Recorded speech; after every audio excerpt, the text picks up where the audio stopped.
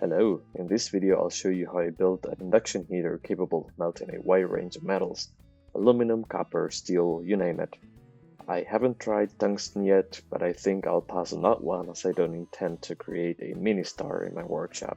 Now, if you're one of those people who likes dwelling in the metal melting side of YouTube, you'll surely have noticed that almost all of them use some sort of propane furnace. No surprise here, as they are relatively cheap and easy to use. Now, I could have just bought one online and be done with it, but I really wanted to spend months of my life and twice as much money on building one myself that works using inductive heating. Although technically I could have just bought an induction heater too, but I really wanted to deepen my electronics knowledge. The advantage of an induction furnace is that you can reach much higher temperatures than would be possible with an air-breathing propane furnace, which typically struggle to go far beyond about 13 to 1400 C in a reliable and controllable way, making steel melting really difficult and inefficient compared to induction heating. Another cool perk is that you can peacefully watch how the metals slowly melt as you introduce them into the crucible, unless you're melting steel, which sparks a lot. You can also watch the process with a propane furnace, but it won't be as peaceful. A little disclaimer before we continue: this project involves high voltages, extreme currents, and a molten metal. So needless to say, do not attempt this unless you fully understand the risks of what you're doing.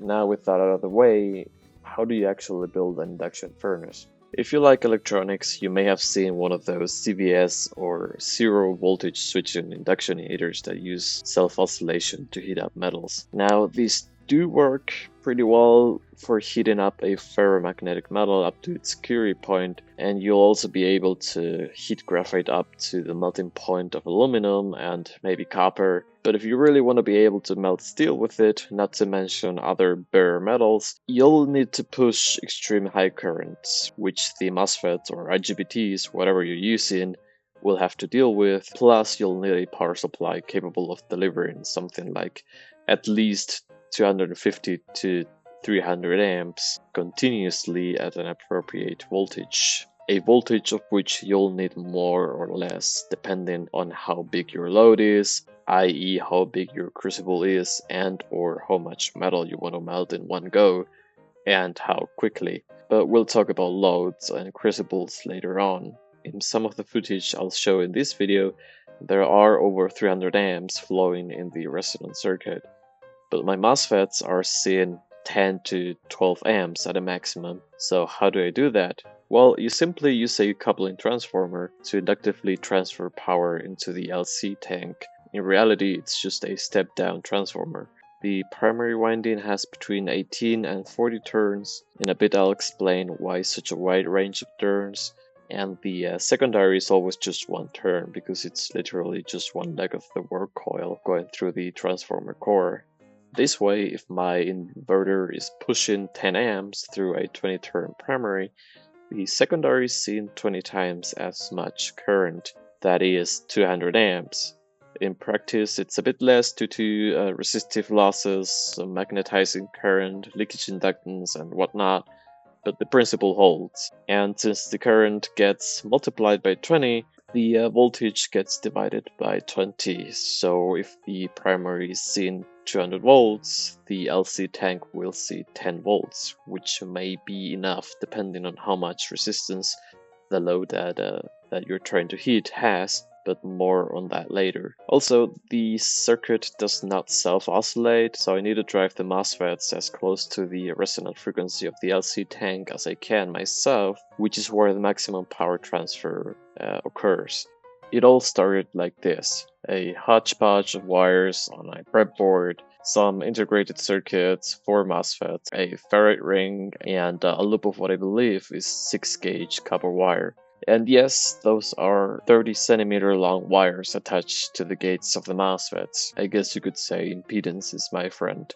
But amazingly, the first prototype ended up working, and I managed to get some nails and screws red hot. One thing I recommend if you want to replicate a project like this is that you test each and every step of the way before you proceed with the next one. Test if that LED is illuminating, test if one chip is working before moving on to the next one. It may sound redundant to some, but trust me, it will save you a lot of time and headaches later on. Now, this design is based on the work published by Imsmoother and Brian from the YouTube channel SciTubeHD, so a massive thank you to them. My initial design was a combination of both approaches, and it featured an analog phase locked loop using a CD4046 chip. Using a combination of resistors and capacitors and a potentiometer, you can tune the output signal to any desired frequency, which I then used to run 2 gate driver chips, one inverting and one non-inverting, which in turn amplify that signal to run a gate drive transformer, through which I then operate a H-bridge or full bridge inverter. The inverter is what runs the coupling, i.e. the step-down transformer, which transfers the power into the resonant circuit. Now, the cool thing about the PLL chip is that you can feed it a reference signal into pin 14, and it will try to lock its output frequency such that the phase difference remains constant. This mechanism is what allows you to always stay locked at the resonant frequency of the LC tank. This is important because the resonant frequency doesn't always stay the same.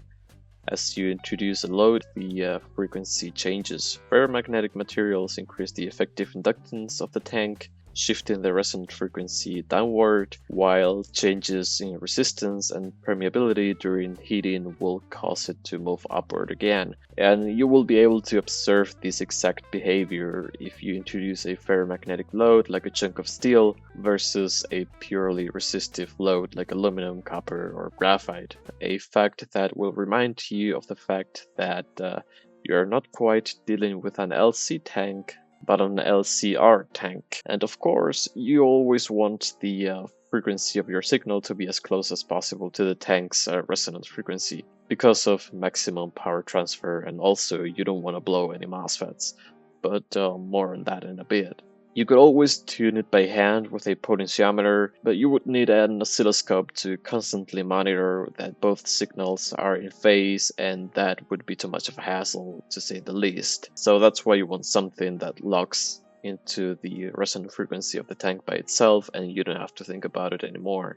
For the feedback, I use a capacitive divider with which I transfer a fraction of the power from the LC tank into another transformer consisting of a Ferrite ring with about 40 turns of cable and a 100 ohm burn resistor. The signal would then go from the transformer into a 74HC14 hex inverting Schmitt trigger to transform the sinusoidal signal into a square wave signal that would then finally go back to the PLL chip. Although you could also run a wire directly from the tank through at least a 47K 1 watt resistor and a voltage clamped to the DC rail that powers the MCU into pin 14 of the PLL chip.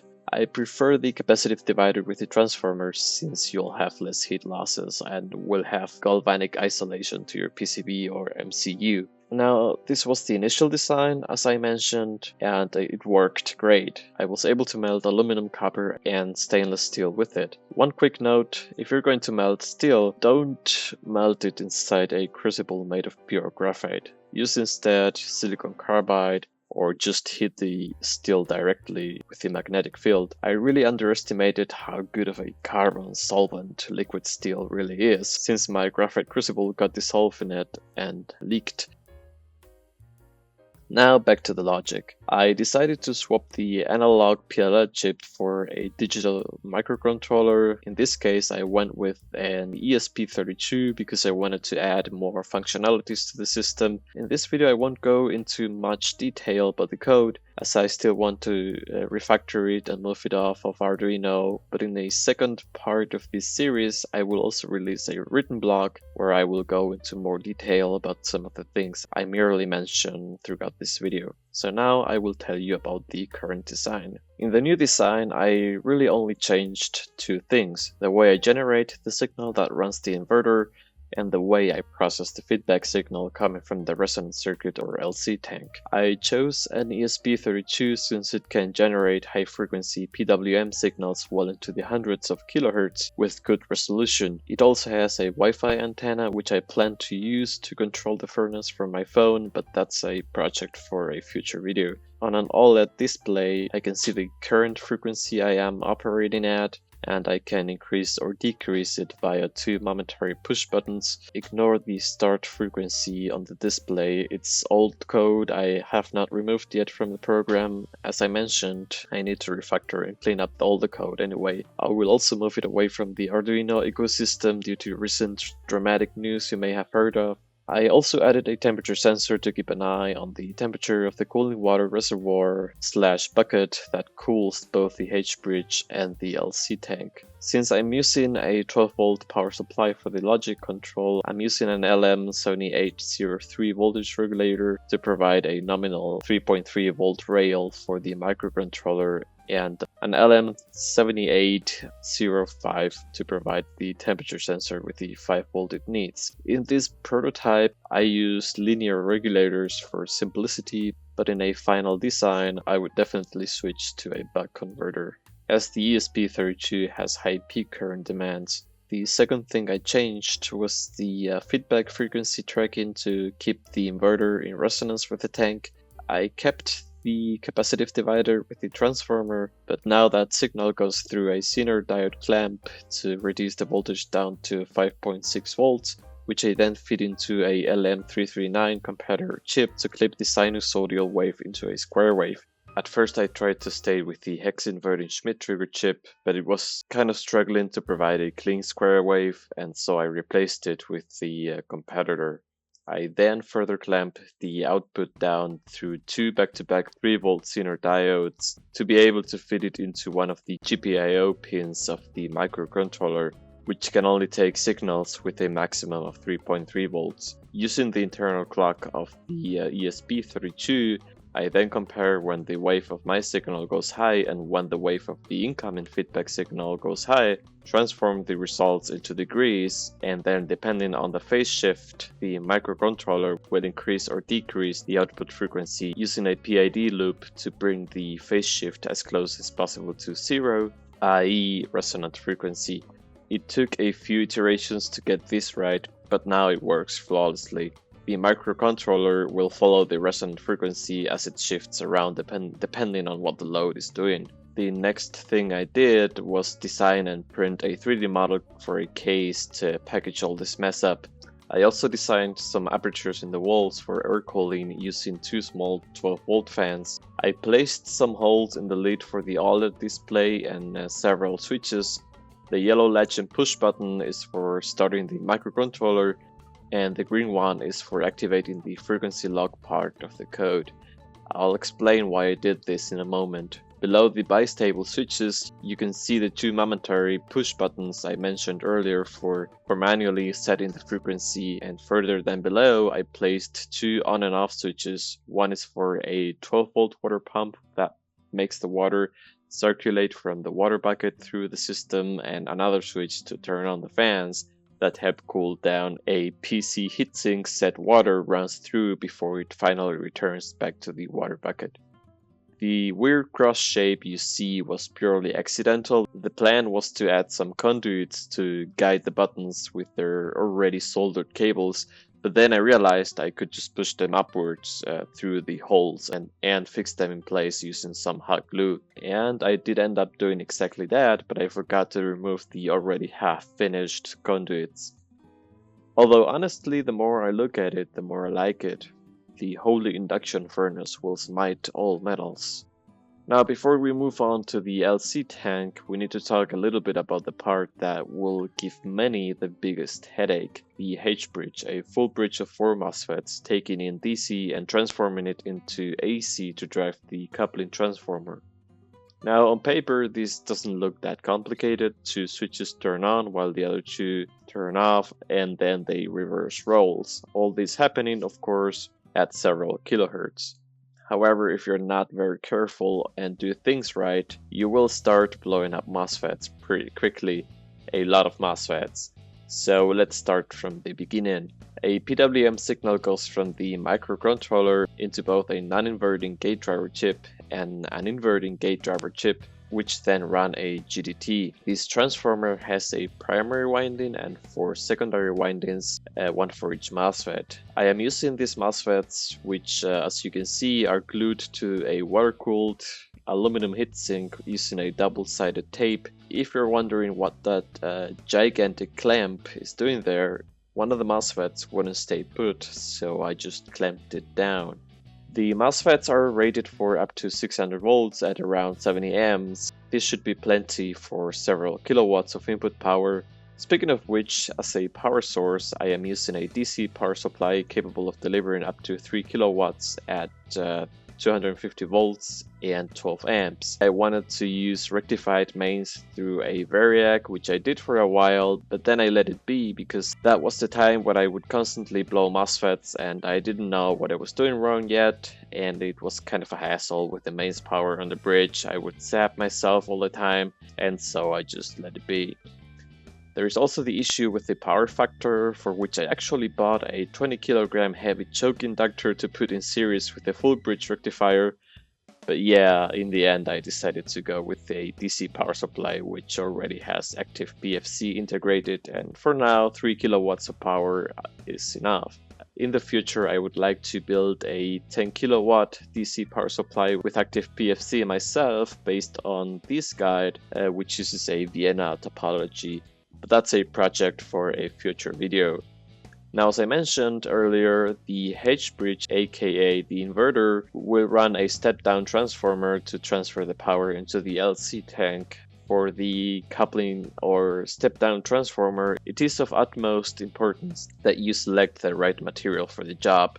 To exemplify this, I at first chose material 61 for the ferrite rings, and while they worked, they got scorching hot very quickly, probably due to core losses, if I'm not mistaken. Then I found this nifty PDF with a list of different torrid materials and a little explanation of which one is best for what application. I'll post a link to it in the video description.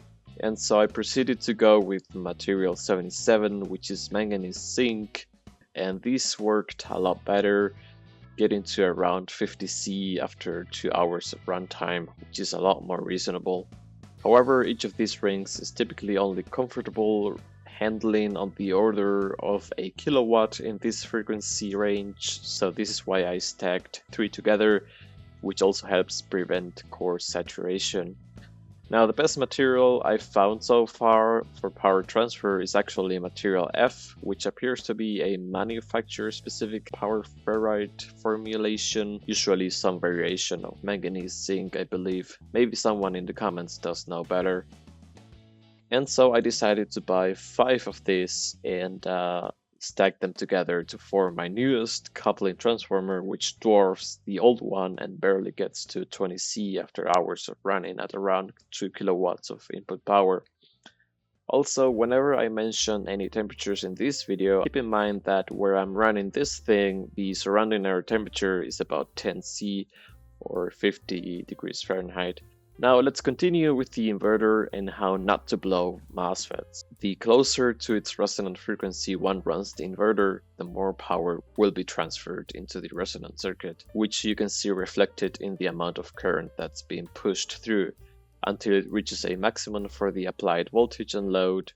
And here comes the tricky part. In a resonant circuit, if the energy is oscillating above its resonant frequency, we find ourselves in the inductive region. Ideally, and for your MOSFET's sake, you want to linger in this region, both for approaching the resonant frequency if you want to increase the power transfer, and for going away from it when you want to reduce the amount of power being transferred. For example, when you want to protect your MOSFETs when increasing the load in the coil, or if you want to perform a soft switch on and off of the system. Now, if you go down past the resonant frequency of the tank, you will enter the capacitive region, or as I like to call it, the MOSFET graveyard region, because it is here where those evil voltage spikes at the switching nodes will appear and cause all manner of problems and destroy your transistors. Place your oscilloscope probes across the switching nodes to observe this. I learned this the hard way, having to replace up to 5 MOSFETs. Luckily they only cost me about $5 a piece, but still a painful and frustrating lesson. One of those you never forget.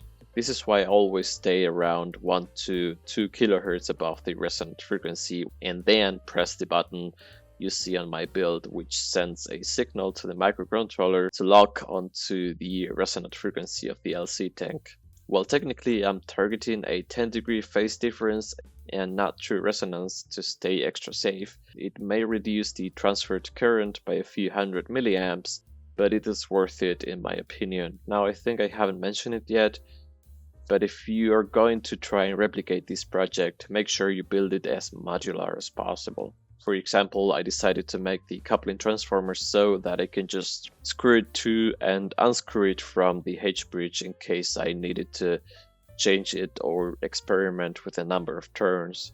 The same goes for the different coils of the resonant circuit, since I can just easily swap them around using press fittings.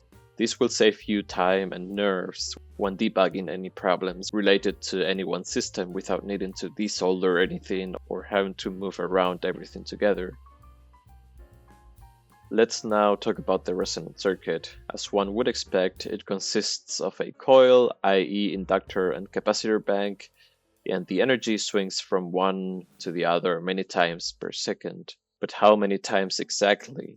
Well, that will depend on the inductance of the coil, the capacitance of the capacitor bank, and the resistance of the whole circuit, which would increase when you introduce a load into the work coil. Plug the inductance and capacitance into this formula and you will get the ideal resonant frequency, which the real circuit will operate near, depending on losses.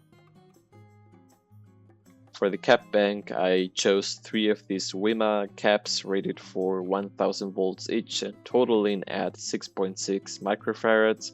However, this went really badly, and within minutes one of the caps got so hot it bulged and broke down.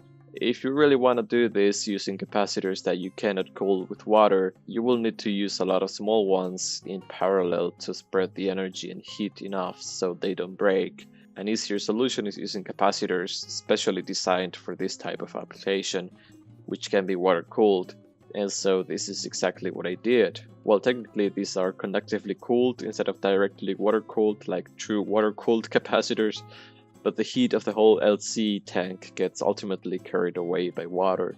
I found these 2 Salem C500T capacitors secondhand on eBay for relatively cheap. Screwed them to 2 thick copper bus bars onto which I soldered 2 pieces of copper pipe for water cooling. These caps are massive and feature impressive specs. Mine are rated for 1100 volts RMS at 600 amps RMS with a maximum power of 500 kilovolt amps reactive. 1.4 microfarads each, which I've placed in parallel for a total of 2.8 microfarads. I know that Illinois Capacitors also manufactures this type of capacitor.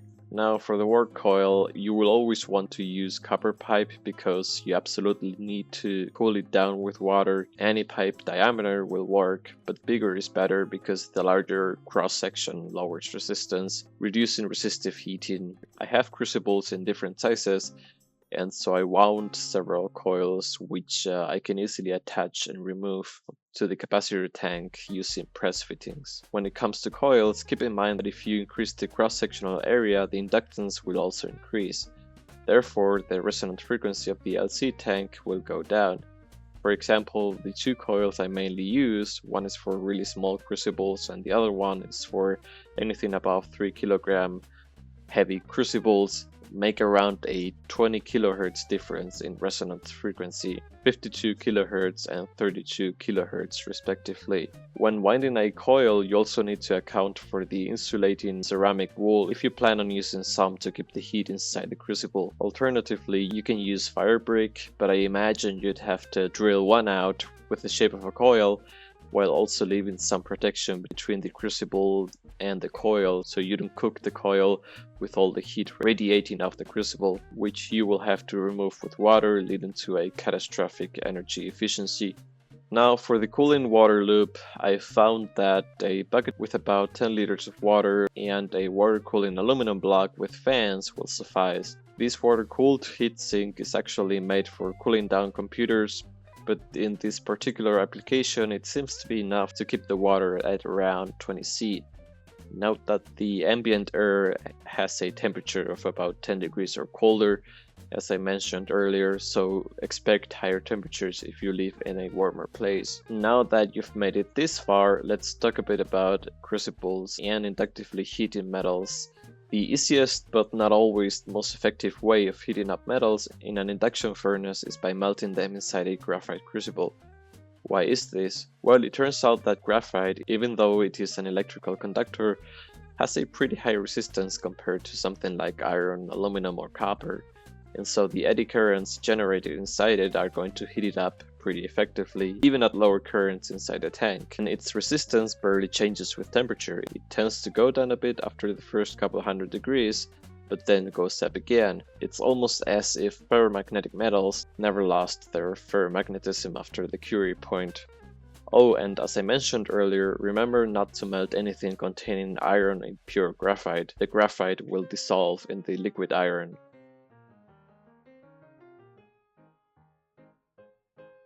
Now, heating a graphite-containing crucible isn't very efficient, since you will need to use a ton of energy just to bring the crucible up to a temperature capable of melting whatever metal you wish to liquefy.